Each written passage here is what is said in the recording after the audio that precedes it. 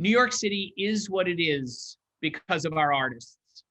They drive our city's economy, of course, by powering an industry that brings tourists and native New Yorkers to our hotels, our restaurants, our shops. But they also shape the soul of our city.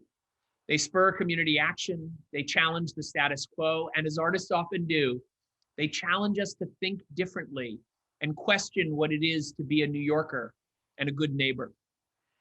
And yet, for all we owe our artists, we have done too little to support them. To tell the truth, art in New York City has often flourished despite the city's actions, not because of them. Too often, we've taken our artists for granted, enjoying the spoils of their labor while they struggled to pay rent, to make ends meet, to feel that their city was treating them with dignity. My campaign partnered with over 25 arts leaders from across disciplines and boroughs to put together a real comprehensive plan.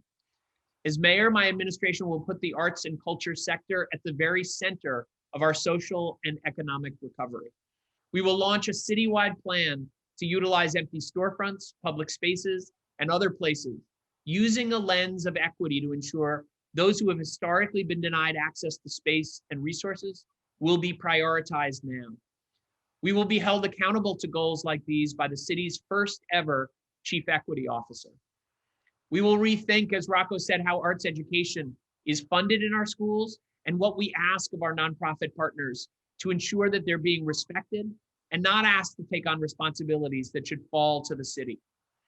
We will create pathways for students to explore careers in the arts by integrating this sector into our broader plan to provide every high school student with at least one paid job, apprenticeship, or internship opportunity by the end of my first term.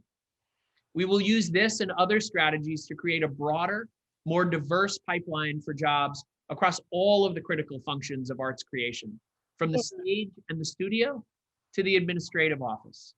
And we'll uplift stories and experiences of successful artists of all backgrounds to show families across the city that the arts are a viable, dignified path for their children. We'll make it easier for artists to live, work, and get paid what they deserve in our city.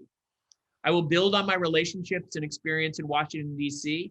to make sure unemployment benefits, federal grants, and other aid create a bridge to recovery for our artists and cultural institutions through this painful time.